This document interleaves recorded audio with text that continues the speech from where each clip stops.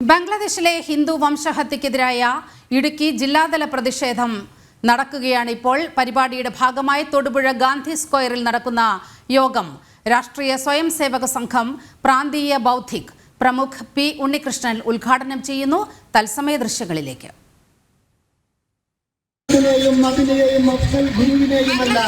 നേരെ മറിച്ച് ഏറ്റവും ഉജ്ജ്വലമായ നേതാക്കന്മാർ നമുക്കുണ്ട് ഇസ്ലാമിക വിഭാഗത്തിൽ തന്നെ. APJ അബ്ദുൽ കലാമിനെ പോലുള്ള ആളുകളെ നിങ്ങൾ മാതൃകയാക്കിയാൽ ഈ ഒരു ഹിന്ദു രാഷ്ട്രം എന്ന് നിങ്ങൾ പറയുന്ന രാജ്യത്തിന്റെ ഏറ്റവും പ്രഥമ പൗരനായി അദ്ദേഹത്തെ നിശ്ചയിച്ചത് നിങ്ങൾ ഏറ്റവും കൂടുതൽ എതിർക്കുന്ന സംഘപരിവാറിന്റെ ആളുകളാണ് എന്ന് മനസ്സിലാക്കണം. നമ്മളെ സംബന്ധിച്ച് സംഘപരിവാർ പ്രസ്ഥാനത്തെ സംബന്ധിച്ച് നേഷൻ ഫസ്റ്റ് നാടിന് അനുകൂലമായി ആര് നിൽക്കുന്നു അവരെല്ലാം തന്നെ സ്വയം സേവകരാണ്. അതുകൊണ്ട് APJ അബ്ദുൽ കലാമിന്റെ പേര് മുസ്ലിമാണെങ്കിലും അദ്ദേഹം ഈ നാടിന് വേണ്ടി ജീവിച്ച വ്യക്തി എന്നുള്ള നിലയ്ക്ക് അദ്ദേഹത്തെ ഏറ്റവും ഉന്നതമായ സ്ഥാനത്തിരിക്കുന്നതിൽ നമുക്ക് സന്തോഷമേ ഉള്ളൂ.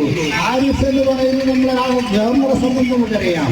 അദ്ദേഹം തന്നെ മുസ്ലിം മതത്തിൽപ്പെട്ടയാളാണ്. പക്ഷെ അദ്ദേഹത്തിന്റെ രാഷ്ട്രത്തോടുള്ള നിലപാട് വളരെ കൃത്യമായതുകൊണ്ട് ഏറ്റവും ഉന്നതമായ സ്ഥാനത്തിരിക്കുന്നു. പറഞ്ഞുകൊണ്ടത് ഇവിടുത്തെ മുസ്ലിം യുവാക്കളോട് പ്രത്യേകിച്ച് പറയാനുള്ളത്, ആ ഒരു ആലപ്പുഴയിലെ ചെറുക്കൻ വിളിച്ചതുപോലെ മര്യാദയ്ക്ക് ഇവിടെ ജീവിച്ചാൽ ഈ നാടിന്റെ ഭാഗമായി വളരെ ഉജ്ജ്വലമായ ഒരു ഭാവി നിങ്ങൾക്കുണ്ടാകും.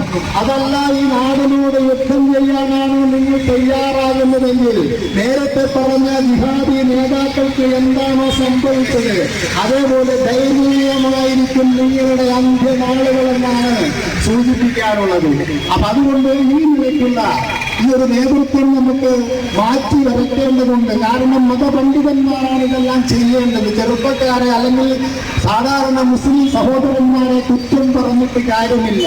6-ാം നൂറ്റാണ്ടിലെ ഒരു അപരിഷ്കൃത കാലഘട്ടത്തിലുണ്ടായ ഒരു തത്വശാസ്ത്രം അത് കാലത്തിനനുസരിച്ച് മാറ്റം വരുത്താതെ ഈ ഒരു കാലഘട്ടത്തിലും അതാണ് ഏറ്റവും ശ്രേഷ്ഠം എന്ന് പറയുന്ന ഒരു അവസ്ഥയിൽ ആ പണ്ഡിതന്മാര് മുന്നോട്ട് പോവുകയാണ്.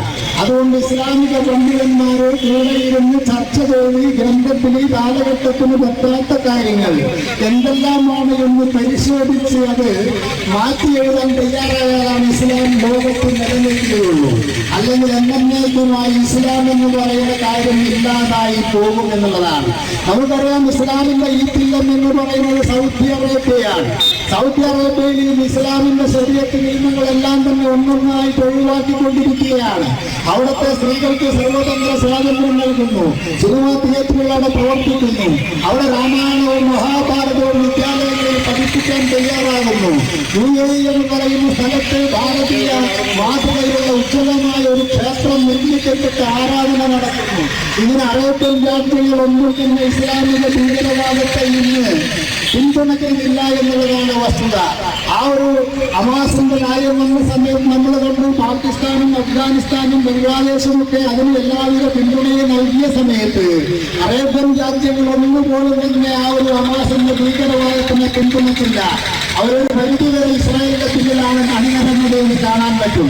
പറഞ്ഞു വന്നത് ഇസ്ലാമിന്റെ ഈ തുല്യമായ അറേബ്യൻ നാടുകളിൽ ബംഗ്ലാദേശിലെ ഹിന്ദു കൂട്ടക്കൊലയ്ക്കെതിരായ കടുത്ത പ്രതിഷേധമാണ് നടക്കുന്നത്. തൊടുപുഴയിലെ തത്സമയ ദൃശ്യങ്ങളാണ് കണ്ടത്. രാഷ്ട്രീയ സ്വയം സേവക സംഘം പ്രാന്തീയ ബൗദ്ധിക് പ്രമുഖ് പി ഉണ്ണികൃഷ്ണൻ ഉദ്ഘാടനം ചെയ്ത് സംസാരിക്കുന്നതിൻ്റെ തത്സമയ ദൃശ്യങ്ങളാണ് കണ്ടത്.